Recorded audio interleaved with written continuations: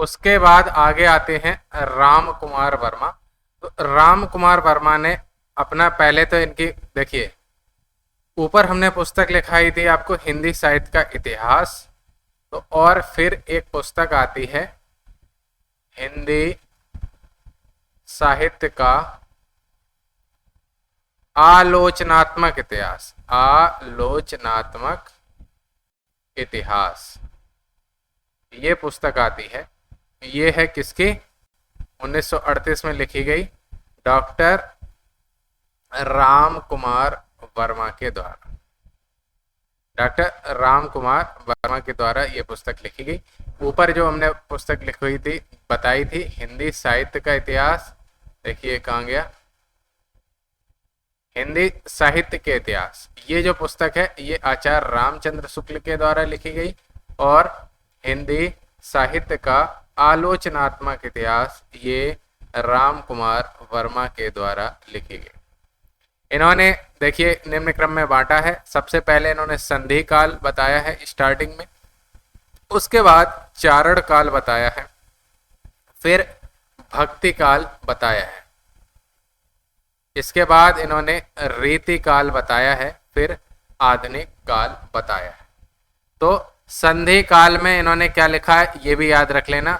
चारण काल आदि काल हम पढ़ चुके थे, तो संधि काल में इन्होंने क्या रखा है, जो अपभ्रंश की रचनाएं थी, अपभ्रंश की रचनाएं थी, उनको संधि काल में रख लिया।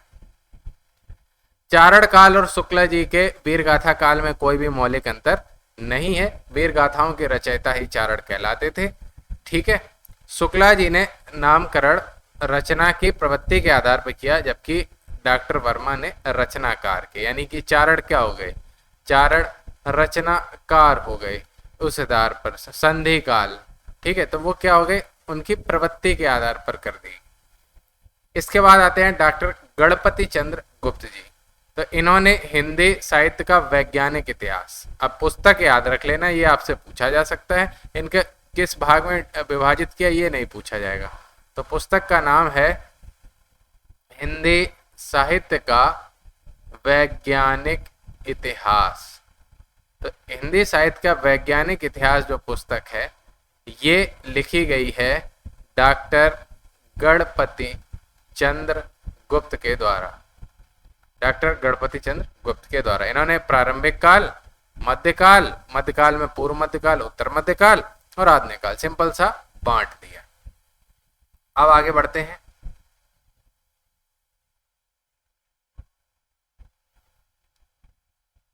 डॉक्टर गणपति चंद्र गुप्त का यह भी मत है कि हिंदी की प्रारंभिक काल एवं मध्यकाल में 3 प्रकार का काव्य मिलता है, जिनमें उनका उदाहरण है धर्माश्रित, राज्याश्रित और लोकाश्रित।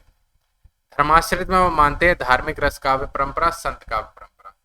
इसके अलावा मध्यकाल में भी इनको धर्माश्रित में संत काव्य, पौराणिक गीत, पौराणिक प्रबंध काव्य, रसिक भक्ति काव्य, मैथिली गीत काव्य। इसके अलावा ऐतिहासिक जो रास काव्य है या रासो काव्य है वो राज्याश्रित काव्य है, ऐतिहासिक चरित्र काव्य है ये भी राज्याश्रित काव्य। इसके अलावा ऐतिहासिक मुक्तक काव्य परंपरा भी राज्याश्रित है और शास्त्रीय मुक्तक परंपरा। फिर आते हैं लोकाश्रित, वो रोमांसिक कथा काव्य परंपरा और स्वच्छंद प्रेम काव्य परंपरा, यानी कि लोक कथाएं, लोकगीत पर जो आधारित हैं, लोगों के द्वारा जिनका आश्रय या पीढ़ी दर पीढ़ी आगे बढ़ाया गया, तो वो कहलाया लोकाश्रित काव्य। जो राज्य के द्वारा बढ़ाया गया वो है राज्याश्रित काव्य, और जो धार्मिक आधार पर था वो धर्माश्रित काव्य था, वो धर्म के द्वारा नहीं, उसमें धर्म को बढ़ाया गया। ठीक है, अब आगे बढ़ते हैं। अब इससे क्वेश्चन बनते हैं, विभिन्न कालखंडों के नामकरण, तो इन पे एक एक क्वेश्चन आ जाते हैं। आदिकाल को वीर गाथा काल किसने कहा? मैंने पहले बताया था, तो वीर गाथा काल आदिकाल को कहा आचार्य रामचंद्र शुक्ल ने। आदिकाल को आदिकाल ही कहा हजारी प्रसाद। अब आपको कंफ्यूज करने के लिए हजारी की जगह आपको वो महावीर दे देगा, आप कंफ्यूज हो जाएंगे, लेकिन आपको याद रखने की ट्रिक है आदि वर्ष, आदि अनादि काल मतलब हजारों वर्ष पहले।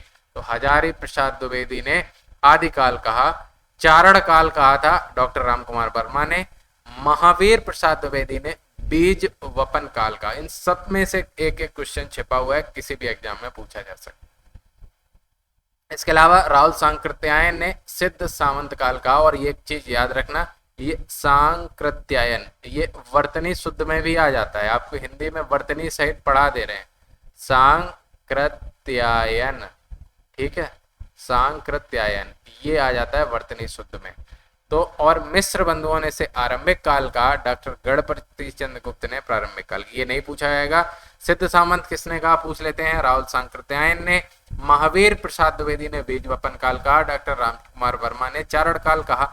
हजारी प्रसाद द्विवेदी ने आदिकाल कहा, और वीर गाथा काल किसने कहा, रामचंद्र शुक्ल ने, ठीक है। इसके अलावा पूर्व मध्यकाल को क्या कहा जाता है और किस नाम से जाना जाता है, ये भी एक क्वेश्चन है, तो उसको भक्ति काल के नाम से जाना जाता है, जबकि उत्तर मध्यकाल को रीति काल, अलंकृत काल, श्रृंगार काल, कला काल आदि नाम से जाना जाता है। उत्तर मध्यकाल को आधुनिक काल, गद्य काल या वर्तमान काल से जाना जाता है। तो इस हिसाब से जब हमने नामकरण कर दिया, वर्गीकरण कर दिया, तो हमारे पास बचते हैं सबसे पहले आदिकाल, फिर भक्ति काल, फिर रीति काल, जिसमें अलंकार श्रृंगार की प्रधानता है रीति काल में, उसके बाद आधुनिक काल जिसमें गद्य की प्रधानता है आ गया। अब यही नाम स्वीकार हो गए हैं। ईस्वी भी देख लीजिए, अगर थोड़ा सा अंदाज लगाना है, 1000 से 1350 ईस्वी आदिकाल चलता है, ये वाले सन याद रखना, बाकी सन हमने आपको नहीं बताए थे क्योंकि वो याद करने की जरूरत नहीं थी। भक्ति काल की बात करें तो 1350 ईस्वी से 1650 ईस्वी माना जाता है, रीति काल 1650 ईस्वी से 1850 ईस्वी माना जाता है, और आधुनिक काल 1850 ईस्वी से अब तक माना गया है। आगे बढ़ते हैं, ये अब आपको नहीं पढ़ना है, ये सब हमने इसका सार आपको बता दिया। आगे बढ़ते हैं, केवल अंडरलाइन वाला पढ़ना है, मैं आपको पढ़ाते जा रहा हूँ। चैनल पर नए हैं, चैनल को सब्सक्राइब नहीं किया है तो सब्सक्राइब कर लीजिए।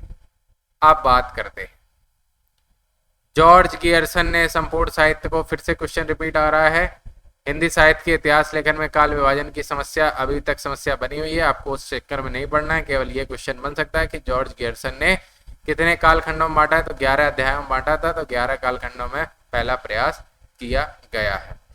काल विभाजन का अगला प्रयास मिस्र बंधुओं ने, ये ऊपर हम सब कुछ कवर कर चुके हैं। और सबसे इंपॉर्टेंट क्वेश्चन ये बनता है कि हिंदी साहित्य के काल विभाजन का सबसे ठोस प्रयास किसने किया, तो आचार्य रामचंद्र शुक्ल ने किया, और उनकी किताब का नाम है हिंदी साहित्य का इतिहास, और वो किताब है आचार्य रामचंद्र शुक्ल की, ठीक है। तो हिंदी साहित्य के काल विभाजन का सबसे ठोस प्रयास आचार्य रामचंद्र शुक्ल ने किया। 900 वर्ष की परंपरा को उन्होंने 4 कालों में विभाजित कर दिया। नंबर 1 वीर गाथा काल कहा, फिर कहा भक्ति काल हो गया, फिर रीति काल हो गया, और आधुनिक काल हो गया। तो यह काल विभाजन न केवल वैज्ञानिक है बल्कि जटिलताओं से भी मुक्त है। इसमें समस्या मात्र यह आती है कि भक्ति काल के अंत में रीति काल की प्रवृत्तियां देखने लगती हैं, व भारतेंदु काल में भी रीति काल की छाप मिलती है। इसकी व्याख्या शुक्ला जी ने इन्हें गौड़ प्रवृत्तियां कहकर, अरे यार एक स्टेट से दूसरी में जाएगी तो ट्रांजिशन स्टेट तो होगी ना, तो इन दोनों में मिक्स गुण तो देखने को मिलेंगे ही। तो बस इतनी सी समस्या, तो कोई विशेष समस्या नहीं, जबरदस्ती की समस्या। अब बात करते हैं हजारी प्रसाद द्विवेदी की। तो हजारी प्रसाद द्विवेदी ने सामान्यतः शुक्ल जी के ढांचे को स्वीकार किया, किंतु काल विभाजन में थोड़ा सा परिवर्तन कर दिया। उन्होंने आदिकाल की सीमा को कुछ आगे तक बढ़ा दिया, व इससे भक्ति काल व रीत काल की सीमा अपने आप आगे बढ़ जाएगी। इनका काल देखिए सन कहीं नहीं पूछेंगे, आप आदिकाल, पूर्व मध्यकाल, उत्तर मध्यकाल, आधुनिक काल में ही याद रख लेना। बस ऐसे याद रख लेना कि इन्होंने थोड़ा सा समय आगे बढ़ा दिया, जैसे 1000 से 1400 ईस्वी कर दिया, 1400 से 1700, 1700 से 1900, जबकि ये सब 1850 था, ये 1900 से अद्यतन हो गया आधुनिक काल। अब आधुनिक में भी कई काल विभाजन आ गए, जैसे कि भारतेंदु युग। भारतेंदु युग 1850 से 1900 तक माना जाता है। अब इनके भी क्रम आते हैं। इसके बाद द्विवेदी युग आ गया, इसके बाद 1900 से 1918 तक माना जाता है। फिर छायावाद 1918 से 1936 तक माना जाता है। फिर प्रगतिवाद आ गया, 1936 से 1943 तक माना जाता है। प्रयोगवाद 1943 से 1951 तक माना जाता है। नई कविता 1951 से 1960 तक माना जाता है, और साठोत्तरी कविता 60 से उत्तर यानी कि 1960 से अब तक माना जाता है। तो आपको क्रम आ सकते हैं, जैसे भारतेंदु युग, द्विवेदी युग, ठीक है, और छाया युग और प्रगतिवादी और प्रयोगवादी। इसके बाद नई कविता और इसके बाद साठोत्तरी। देखिए 60 के बाद है, 60वें दशक के बाद तो साठोत्तरी आपको याद होगा, नई कविता तो नई नई होती ही है, तो ये क्रम आपको याद रह गया। बी सबसे पहले आता है तो बी से कर देना भारतेंदु युग, इंग्लिश की बात हो रही है। डी आता है तो कर देना द्विवेदी युग। इसके बाद आप कहेंगे कि छाया सी से लिखो, नहीं हम यार के से लिखेंगे, KSH, मेरा नाम भी क्षितिज है तो छा से है, ये वाला छाया से याद रख लेना तो क्रम सही बना रहेगा। तो डी के बाद क्या आ जाएगा के, तो KSH छाया वाला याद रख लेना। वैसे तो छाया ऐसे लिखा जाता है लेकिन आप ये वाला छाया याद रख लेना, तो छायावादी हो जाता है। फिर क्या होगा, प्रगति होगी, प्रगति के बाद ही तो एक्सपेरिमेंट होंगे तो प्रयोगवाद हो गया। बस ये आप क्रम याद रख लेना, आप ऑप्शन से देख लेना। भारतेंदु युग बी वाला सबसे पहले, डी वाला बाद में, के वाला यानी कि छाया वाला तीसरे पे, फिर प्रगति प्रयोग एक साथ, नई कविता और साठोत्तरी। इसके बाद देखें तो 1918 के बाद पूरा विभाजन कविता को केंद्र में रखकर किया गया, जबकि अब गद्य का महत्व अधिक है, इसलिए गद्य विधाओं का विभाजन अलग से कर दिया गया। जैसे उपन्यास के राजा कौन थे, मुंशी प्रेमचंद थे, तो प्रेमचंद से पूर्व युग, प्रेमचंद का युग, प्रेमचंद के बाद युग और स्वतंत्रोत्तर युग। इसके बाद कहानी, ये भी प्रेमचंद थे तो प्रेमचंद पूर्व युग, प्रेमचंद का युग और उसके बाद का युग। बस इसके बाद कहानी में भी नई कहानी, अकहानी, सहज कहानी, सक्रिय कहानी, समांतर कहानी, सचेतन कहानी, समकालीन कहानी, कोई नहीं पूछ रहा, बस आपको बता रहे हैं ज्ञान के लिए। इसके बाद नाटक, अब नाटक के प्रेमचंद थे, नहीं, नाटक के किसके नाम पर पड़ा ये भी पूछा जाता है, तो जयशंकर प्रसाद के नाम पर, तो प्रसाद पूर्व युग, प्रसाद युग और प्रसादोत्तर आलोचना। आलोचना तो शुक्ल पूर्व युग, शुक्ल रामचंद्र शुक्ल के आधार पर है और उसके बाद शुक्लोत्तर योजना आलोचना। इसके बाद स्वच्छंदवादी आलोचना, ऐतिहासिक आलोचना, मनोविश्लेषक आलोचना, नई समीक्षा, समकालीन समीक्षा। निबंध, निबंध में भी शुक्ल पूर्व युग, शुक्ल युग, शुक्लोत्तर युग, इस हिसाब से इसको विभाजन किया जाता है। इनमें कौन से क्वेश्चन बनेंगे आगे बता दे रहे हैं।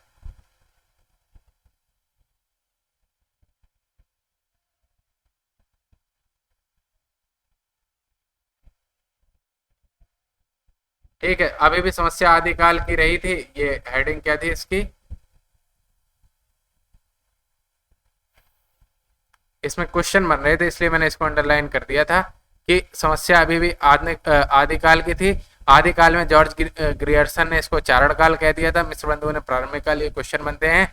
शुक्ला जी ने वीरगाथा काल कर दिया था, राहुल सांकृत्यायन ने इसे सिद्ध सामंत काल कर दिया था, महावीर प्रसाद द्विवेदी ने इसे बीज वपन काल कर दिया था, विश्वनाथ प्रसाद मिश्र ने इसे वीर काल कर दिया था, और इंपॉर्टेंट है राम कुमार वर्मा, राम कुमार वर्मा ने, ये बार बार इसलिए करा रहे आपको याद भी हो जाए और परीक्षा में गलत भी ना हो, तो राम कुमार वर्मा ने संधि काल एवं चारण काल में इसको बांटा था।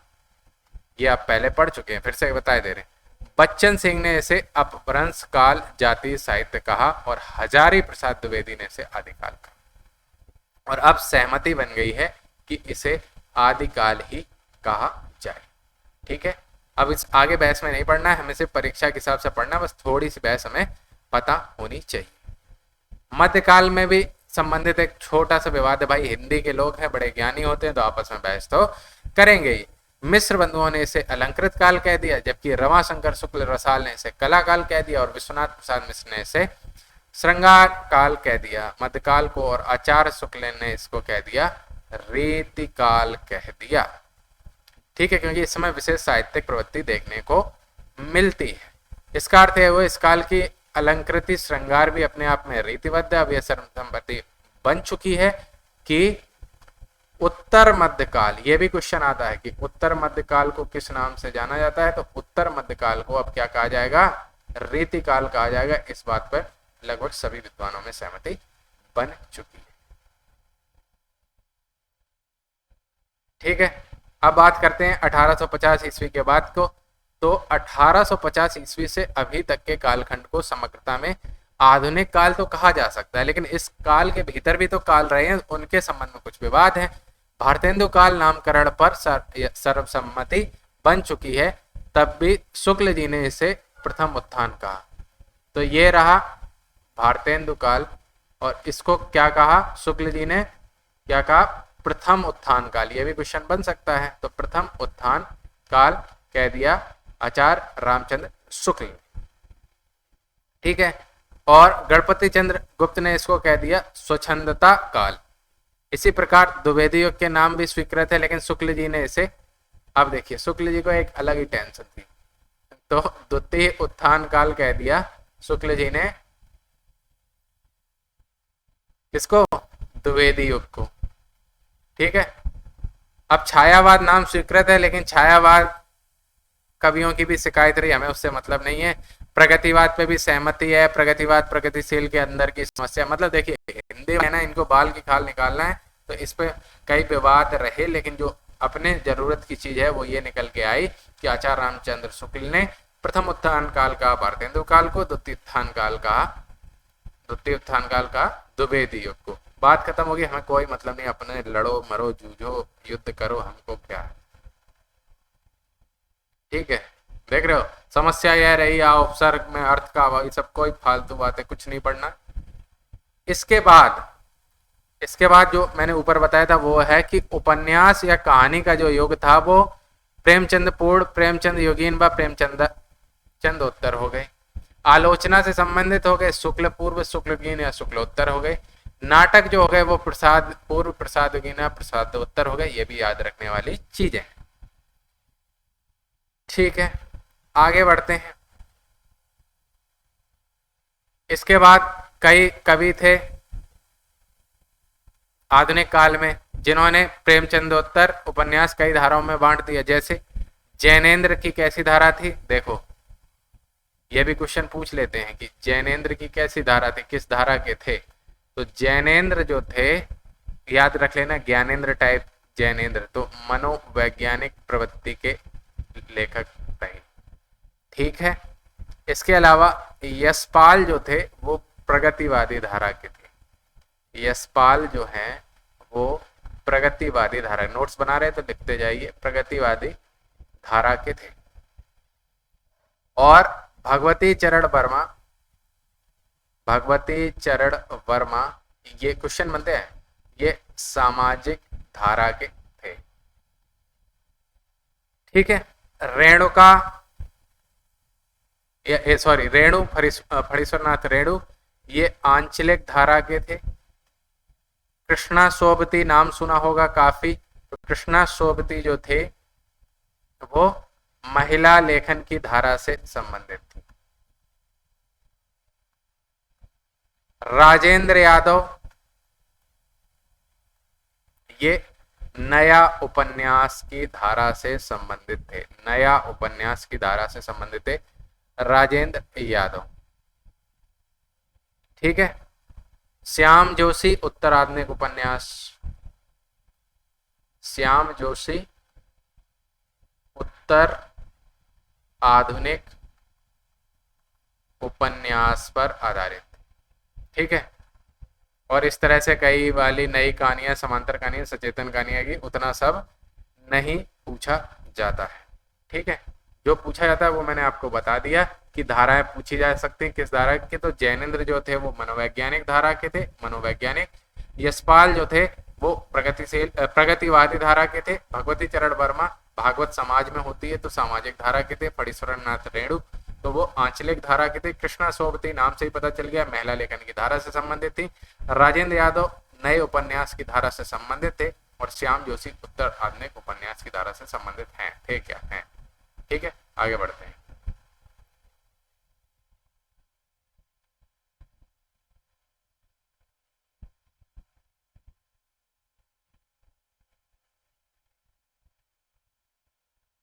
अब ये परिस्थितियां हैं, हमें इतना नहीं पढ़ना, इतिहास हिंदी साहित्य का पढ़ना है, हिस्ट्री का नहीं पढ़ना है, फिर भी थोड़ा थोड़ा हिस्ट्री आपको बता दे रहे हैं। अब बात करते हैं आदिकाल की धार्मिक और राजनीतिक स्थितियां। आदिकाल की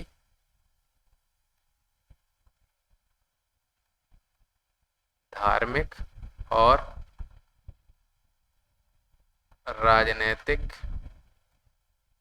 परिस्थितियां। तो चलिए आगे बढ़ते हैं। हुआ क्या उस समय, तो आदिकाल में हुआ क्या, राजनीतिक परिस्थितियों की बात करें तो राजनीतिक दृष्टि से यह युद्ध और अशांति का काल था, यह भी पूछा जाता है। तो आदिकाल क्या हो गया? युद्ध और अशांति का काल। युद्ध और अशांति का काल हो गया, ये तुम्हारा हो गया आदिकाल। ठीक है। और हर्षवर्धन की मृत्यु होते ही, जो 704 विक्रम संवत में हुई, उसके पश्चात उत्तर भारत खंड खंड राज्यों में विभक्त हो गया। गहरवार, परमार, चौहार, चंदेल अपने अपने स्वतंत्र राज्य छोटे छोटे स्थापित हो गए। और कई बार ये राजा आपस में एक दूसरे से लड़ते थे, और कई बार तो ऐसे शौक के लिए लड़ते थे। बोले क्यों लड़े? बोले मजा आ रहा था, मतलब शक्ति प्रदर्शन के लिए भी युद्ध लड़े जाते थे। ठीक है। तो 8वीं से 14वीं सदी तक ये काल चलता है, जिसमें राजपूत राजा छोटे छोटे राज्यों में बट गए, आपस में लड़ते थे। कई युद्ध, शक्ति, शौर्य प्रदर्शन और लड़की का चक्कर बाबू भैया, यानी सुंदर स्त्रियों, राजकुमारियों के लिए भी युद्ध लड़े जाते थे। लड़की का चक्कर बाबू भैया, सही कहा था उसने। तो उसके लिए भी युद्ध लड़े जाते थे। अब बात करें धार्मिक स्थिति के बारे में आदिकाल के, तो इस काल में अनेक प्रकार के धार्मिक मत मतांतरों का अस्तित्व था। भारतीय धर्म साधना में उथल पुथल मची हुई थी। उथल पुथल मतलब समझ रहे हो? उसी समय बौद्ध धर्म का प्रभाव बढ़ रहा था, जैन धर्म का प्रभाव बढ़ रहा था, वैष्णव धर्म, शैव, वैष्णव, सारे सब कुछ। उसके अलावा अब बाह्य आक्रमणकारी भी थोड़ा थोड़ा अपने ऊपर प्रभाव डाल रहे थे। यूनानी प्रभाव भी पड़ रहा था, यानी कि पूरी की पूरी उथल पुथल मची थी। मैं सही, मैं सही, मैं सही वाला सिस्टम चल रहा था। ठीक है। तो आगे बढ़ते हैं। राजपूत राजा अहिंसा मूलक जैन धर्म और बौद्ध धर्म में विश्वास नहीं करते थे। भाई ये क्या कहेंगे कि हिंसा मत करो, लेकिन इनको क्या चाहिए? भाई देखो ऐसा है, राज्य चलाने के लिए हिंसा भी जरूरी है। अहिंसा परमो धर्म है ना, लेकिन हिंसा धर्म तथा उचा। ठीक है। तो राज्य चलाने के लिए हिंसा भी जरूर। बोले आर्मी हटा दो, अरे तुम हिंसा नहीं करोगे, दूसरा तो करेगा। लेकिन जैन और बौद्ध ये क्या कह रहे थे कि जन कल्याण पर ध्यान दो, हिंसा युद्ध में कुछ नहीं रखा है। बातें दोनों की अपनी अपनी जगह पर सही थी, लेकिन सब में उथल पुथल मची थी। वो कह रहा था कि 100% मेरी मानो, वो कह रहा था 100% मेरी मानो। तो इसलिए वो शैव धर्म, शैव में जय महाकाल करके टूट पड़ो वाला शैव मत का प्रभाव उस समय अधिक था। इसके अलावा गहड़वाल राजा स्मार्त मतालंबी थे। स्मार्त एक मत था। मालवा नरेश वैदिक धर्म के अनुयायी थे और कलचुरी नरेश शैव धर्मावलंबी थे। ये इतना नहीं पूछा जाएगा, बस आपको उस समय की गतिविधियों के बारे में पूछा गया है। इसके बाद इंपॉर्टेंट बात यह, वस्तुतः समस्त उत्तर भारत में धीरे धीरे शैव मत बौद्धों और स्मार्तों के प्रभाव को ग्रहण करता हुआ एक नए रूप नाथ संप्रदाय के रूप में विकसित हो रहा था। पहले सिद्ध विकसित हुए, फिर सिद्धों से आए नाथ। ठीक है। सिद्ध के बाद आते हैं नाथ। कैसे? अभी आप आगे समझ जाएंगे।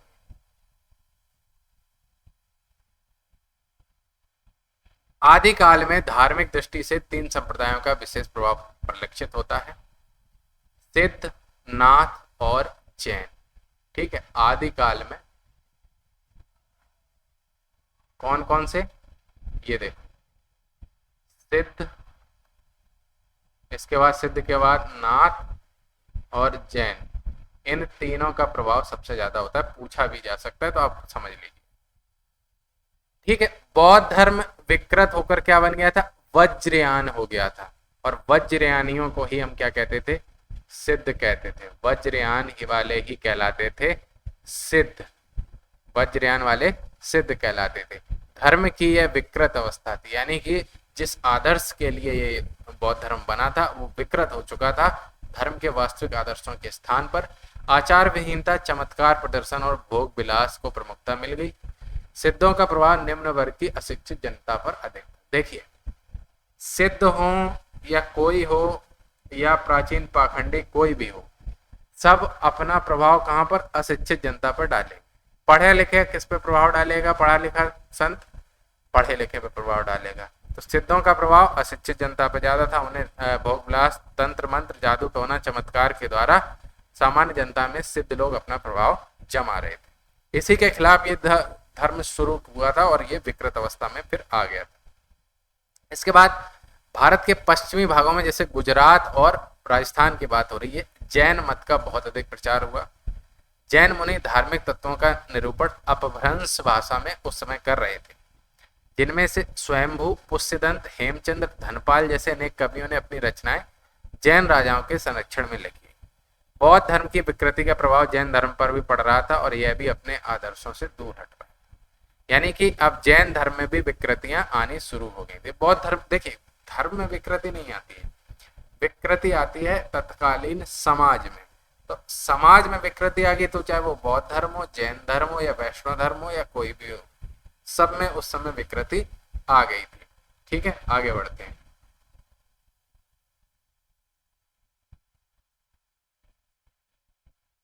इसके बाद क्या होता है कि 12वीं सदी में बौद्ध धर्मों की, बौद्ध सिद्धों की प्रतिक्रिया स्वरूप नाथ संप्रदाय का उदय हुआ। और नाथ संप्रदाय आप समझ रहे हैं कौन सा वाला है? योगी जी वाला, योगी आदित्यनाथ वाला, वही नाथ संप्रदाय। ये किसकी प्रतिक्रिया के स्वरूप शुरू हुआ? बौद्ध जो थे ना, देखिए ऐसा होता है कि बौद्ध में जो वज्रयान हुए, वज्रयान वो अपने आप को सिद्ध कहते थे और वो तंत्र मंत्र जादू टोना सब कुछ करने लगे थे, यानी कि जिस धर्म की बुनियाद जिसके खिलाफ रखी गई उसी में आ गए। तो फिर नाथ संप्रदाय आता है अस्तित्व में। ये प्रतिक्रिया थी कि जब तुम में भी यही है तो हम में भी यही है, तो तुम अलग कैसे हुए? तो नाथ संप्रदाय अस्तित्व में आता है और उसके बाद वो जीवन को अधिक से अधिक संयम और इम्पोर्टेंट बात है सदाचार के अनुशासन में रखकर परम सत्ता का साक्षात्कार घट हृदय के भीतर किया जा सकता है। नाथ पंथ के प्रवर्तक गोरखनाथ को माना जाता है और इसी का प्रचार प्रसार किया। गोरखनाथ से पहले मच्छेंद्रनाथ आ गए थे, लेकिन मच्छेंद्रनाथ सिद्ध हुआ करते थे, नाथ नहीं। इसलिए अगर कहीं पे प्रवर्तक वाला क्वेश्चन आता है तो गोरखनाथ को माना जाता है।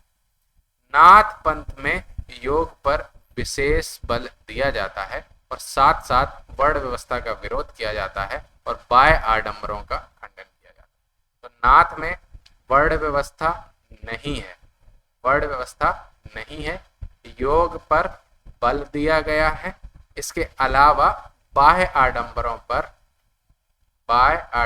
का खंडन किया गया है। इसके बाद इसका सार ये निकलता है कि धार्मिक दृष्टि से आदिकाल का वातावरण अत्यंत दूषित था, जनता असंतोष, क्षोभ एवं भ्रम से ग्रस्त थी। आदिकालीन साहित्य में इसी मानसिकता के अनुरूप खंडन मंडन, हठ योग, वीरता, श्रृंगार परक रचनाओं को देखा जा सकता है। ठीक है, इसके बाद सामाजिक, साहित्यिक, सांस्कृतिक परिस्थितियों की बात हो रही है, अभी आदिकाल में ही चल रहे हैं, पूरा टॉपिक वही है। तो सामान्य जो जनता थी वो अशिक्षित थी, जो साधु सन्यासियों के शापों और वरदानों की ओर दृष्टि लगाए रहती थी। अब ये साधु सन्यासी में इसमें आपके श्रमण भी, श्रमण यानी कि बौद्ध और जैन जो भिक्षु होते थे वो भी, साधु सन्यासी श्रमण, इनके ऊपर मतलब ये श्राप दे देंगे तो हमारा भला हो जाएगा, ये वरदान दे देंगे, मतलब श्राप दे देंगे तो हमारा बुरा हो जाएगा, ये वरदान दे देंगे बुरा, इन्हीं पे जनता अशिक्षित थी, जैसा बता देते थे मान लेते थे। इसके अलावा पूजा पाठ, तंत्र मंत्र, जप तप करके लोग दुर्भिक्ष, महामारी एवं युद्ध के संकटों को टालना जानते थे। ब्राह्मणों के प्रति पूज्य भाव में कमी आ गई थी तथा वर्ण व्यवस्था के प्रति लोगों का सम्मान नहीं रह गया था। निम्न समझी जाने वाली जातियों में से अनेक सिद्ध हो जाते थे। अभी तक क्या होता था, जो साधु सन्यासी होते थे वो ब्राह्मण ही बन पाते थे, ऐसा नियम हुआ करता था। अब क्या हुआ, जब श्रमण व्यवस्था हो गई और फिर आगे बौद्ध और जैन धर्म आ गए, तो सिद्ध में किसी भी जिनको निम्न कहा जाता था, होता कोई निम्न नहीं है, कहा जाता था उस समय, उनकी बात कर रहे हैं, तो वो लोग अब सिद्ध बनने लग गए, यानी कि संत बनने लग गए। तो चूंकि वेदों में लिखा था उस समय, मतलब वेदों में इन सब चीजों का विरोध था, तो वेद विरोधी हुआ करते थे ये लोग भी कि इसमें गलत लिखा है, मैं नहीं मानता। और उस समय समाज में क्षत्रियों का प्राधान्य था, राजपूतों में शौर्य तो था, ताकतवर थे, लेकिन वो उसका उपयोग आपस में प्रतिस्पर्धा आपस में ही लड़ते थे और संघर्ष में करते थे। वे वंश गौरव और अभिमान को लेकर गृह कलह में, मतलब आपस में लड़ लिया युद्ध। भाई एनर्जी है तो क्या करें, बोले आपस में ही लड़ जाओ, इसमें लगे हुए थे। समाज में स्त्रियों के प्रति पूज्य भाव बिल्कुल भी नहीं था, वह मात्र भोग्या बनकर रह गई। सती प्रथा आदिकाल, आदिकाल ये हिस्ट्री में भी पूछा जा सकता है, तो आदिकाल में सती प्रथा एक भयंकर कोड था। उस समय भारत में स्वयंवर प्रथा भी थी, जो प्राय युद्ध का कारण बन जाती थी। स्वयंवर तो हो गया, बोले किससे, बोले जो बलशाली होगा, तो सुंदर राजकुमारियों से बलपूर्वक विवाह करने के लिए राजपूतों में युद्ध छिड़ जाता था, जो एक सामान्य बात हो गई थी। राजा और सामंत अंतःमुखी रंगरलियों में व्यस्त रहते थे। उस समय कैमरा नहीं होते थे, एमएमएस वगैरह नहीं आते थे। जीवन यापन के साधन दुर्लभ थे तथा निर्धनता, युद्ध, शांति के कारण जनता सदैव आतंकित रहती थी, और तत्कालीन रासो काव्यों में समाज की इस रासोन्मुख स्थिति का पूरा चित्रण उपलब्ध किया गया है या कराया गया है। अब बात करें साहित्यिक परिस्थिति की, तो आदिकाल में साहित्य रचना की तीन धाराएं बह रही थी। एक ओर तो परंपरागत संस्कृत साहित्य की रचना हो रही थी, दूसरी ओर प्राकृत अपभ्रंश भाषा में प्रबुद्ध साहित्य का सृजन जैन कवियों के द्वारा किया जा रहा था, और तीसरा हिंदी भाषा में लिखे जाने वाले साहित्य। इस काल में संस्कृत साहित्य के अंतर्गत पुराणों एवं स्मृतियों पर टीकाएं लिखी गई, यानी कि संस्कृत में भी लेखन जारी था, इसके अलावा अपभ्रंश में भी लेखन जारी था, इसके अलावा हिंदी का भी लेखन जारी था। संस्कृत में वेदों पर टीकाएं या टीका टिप्पणी जिसको हम बोलते हैं टीकाएं लिखी गई थी, और इसके अलावा ज्योतिष और काव्य शास्त्र भी लिखे गए। और 9 से 11वीं सदी तक कन्नौज और कश्मीर संस्कृत साहित्य के केंद्र हुआ करते थे। आनंदवर्धन, मम्मट नाम सुना होगा, भोज, क्षेमेंद्र, कुंतक, राजशेखर, विश्वनाथ, भवभूति, श्रीहर्ष। तो आदिकाल में ये नाम याद रख लेना, पूछ सकते हैं निम्न में से कौन सा कवि किस काल का है, तो इंपॉर्टेंट नाम है आनंदवर्धन, इसके अलावा मम्मट, इसके अलावा भोज, इसके अलावा क्षेमेंद्र, इसके अलावा कुंतक, इसके अलावा राजशेखर, इसके अलावा विश्वनाथ, फिर भवभूति और श्रीहर्ष। ये नाम याद रख लेना, आनंदवर्धन, मम्मट, भोज, क्षेमेंद्र, कुंतक, राजशेखर, विश्वनाथ, भवभूति, श्रीहर्ष, ये आदिकाल के कवि हुआ। इस काल में अपभ्रंश मुख्यतः धर्म की भाषा बन गई, यानी कि जो मुख्यतः जैन धर्म था, तो जैन धर्म की भाषा इस समय क्या थी, अपभ्रंश थी, और यही उस काल में धर्म की भाषा बन गई थी। जैन कवियों ने गुजरात में रहकर अनेक पुराणों को अपभ्रंश में नए रूपों में प्रस्तुत किया। स्वयंभू, पुष्यदंत, धनपाल, हेमचंद्र जैसे कवियों ने जो साहित्य प्रस्तुत किया वे मौलिकता है साहित्यता के कारण उच्च कोटि। देशभाषा हिंदी में भी जनता की मानसिक एवं भावात्मक दशाओं की अभिव्यक्ति एक वर्ग कर रहा था, जिन्हें भाट या चारण कवि कहे गए हैं। मतलब जो हिंदी में लिख रहे थे वो भाट या चारण कवि हुआ करते थे। चारण कवियों की सामयिक आवश्यकता पर बल देते हुए आचार्य रामचंद्र शुक्ल ने लिखा है कि उस समय जो भाट या चारण किसी राजा के पराक्रम, विजय, शत्रु कन्या हरण का अत्युक्तिपूर्ण आलाप करता था, या रण क्षेत्रों में जाकर वीरों के हृदय में उत्साह की उमंग भरता था, यानी कि उसमें वीर रस का उत्थान करता था कि वही सम्मान पाता था। मतलब युद्ध के लिए लिखते थे जो, और वो भाट या चारण कवि कहे जाते थे। निरंतर युद्ध के लिए प्रोत्साहित करने वाले एक वर्ग की आवश्यकता थी, चारण इसी श्रेणी के कवि हुआ करते थे। ठीक है, और हिंदी भाषा में रचित इन काव्य ग्रंथों में एक और अपने आश्रयदाताओं की अतिशयोक्तिपूर्ण प्रशंसा की गई है, हमने पहले ही बात बता दिया आपको। दूसरी ओर युद्धोन्माद को व्यक्त करने वाली घटनाओं की योजना भी की गई है। सांस्कृतिक परिस्थिति की बात कर लेते हैं, तो सम्राट हर्षवर्धन के समय भारत सांस्कृतिक दृष्टि से अपनी शिखर पर था। हिंदू धर्म एवं संस्कृति राष्ट्रव्यापी एकता का आधार था, लेकिन उसके बाद मुस्लिम आक्रमणकारियों ने अपने संकीर्ण दृष्टिकोण एवं धर्मांता की भावना से प्रेरित होकर भारतीय संस्कृति के मूल केंद्रों जैसे मंदिर हैं, मठ हैं, विद्यालय हैं, उनको नष्ट करने का पूरा पूरा प्रयास किया। जब हम हिंदू की बात कर रहे हैं तो हिंदू संस्कृति का मतलब इसमें हो गया जैन, बौद्ध, ये भी इसमें शामिल हो गए। ठीक है,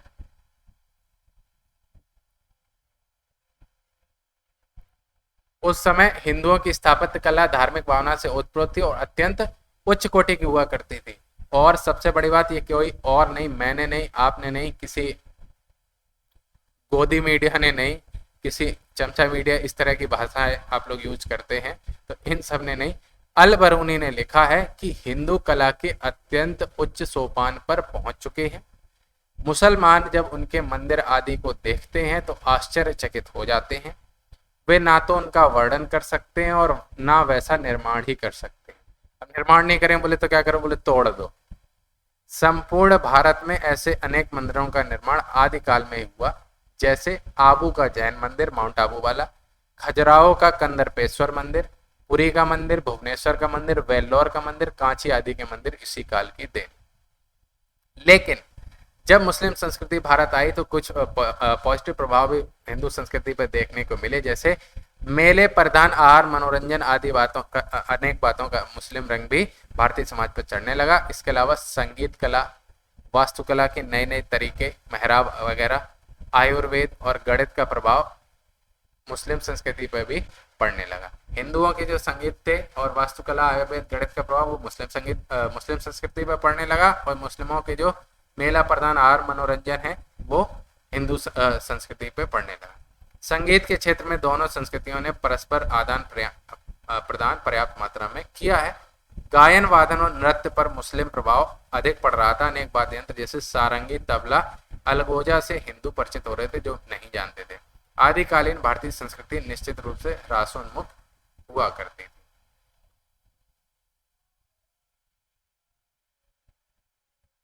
ठीक है, सारांश में वही है जो हम पहले आपको बता चुके हैं, कोई चिंता की बात नहीं है।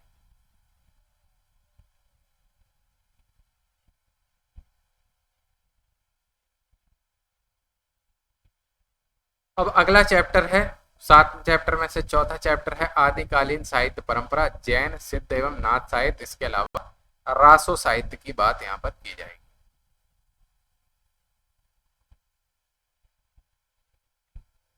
तो आगे देखते हैं क्या है कि सिद्धों ने जो बौद्ध काल के वज्रयान तत्व का प्रसार करने के लिए जो साहित्य जन भाषा में यानी कि आम जन की भाषा में लिखा, वह हिंदी के सिद्ध साहित्य की सीमा में आता है। पश्चिमी क्षेत्र में जैन साधु थे, पश्चिमी मतलब गुजरात और आपके बात हो रही है राजस्थान की। जैन साधुओं ने भी अपने मत का प्रसार हिंदी कविता के माध्यम से किया। इस प्रकार नाथपंथी रचनाओं की अनेक विशेषताएं संत काव्य में यथावत विद्यमान है। रासो काव्यों की रचना आदिकाल में हुई। ठीक है, एक क्वेश्चन ये भी बन जाता है, सिंपल सा है, अब इतना पढ़ चुके तो पता ही होगा, लेकिन पूछ लेता है कि रासो काव्यों की रचना। तो रासो काव्यों की रचना होती है आपकी आदिकाल में। और प्रमुख रासो साहित्य कौन से हैं? खुमान रासो, ठीक है, बीसल देव रासो, इसके अलावा परमाल रासो और अमीर रासो। ठीक है, ये इनकी रचनाएं हुआ करती।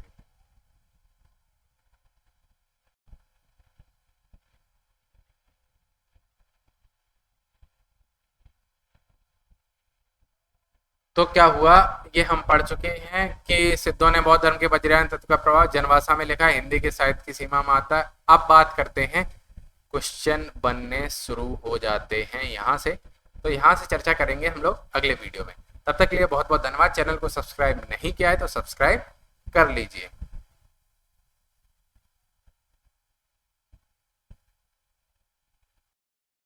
ऐसे क्वेश्चन आपको बता रहे हैं, जैसे सरपा, सवरपा, लुईपा, कणपा, ये सब आपके ऑप्शन में आते हैं ना, कि 84 कितने सिद्धों का उल्लेख है, किसने उल्लेख किया, ठीक है, और ये इनकी रचनाओं में किसकी प्रधानता मिलती है, ये सब के क्वेश्चन आपको देखने को मिल जाते हैं। तो वो आप स्वयं, मतलब स्वयं नहीं, मैं करा दूंगा, आप नोट्स बना लीजिएगा, उसके बाद ये आराम से कंप्लीट हो जाएंगे।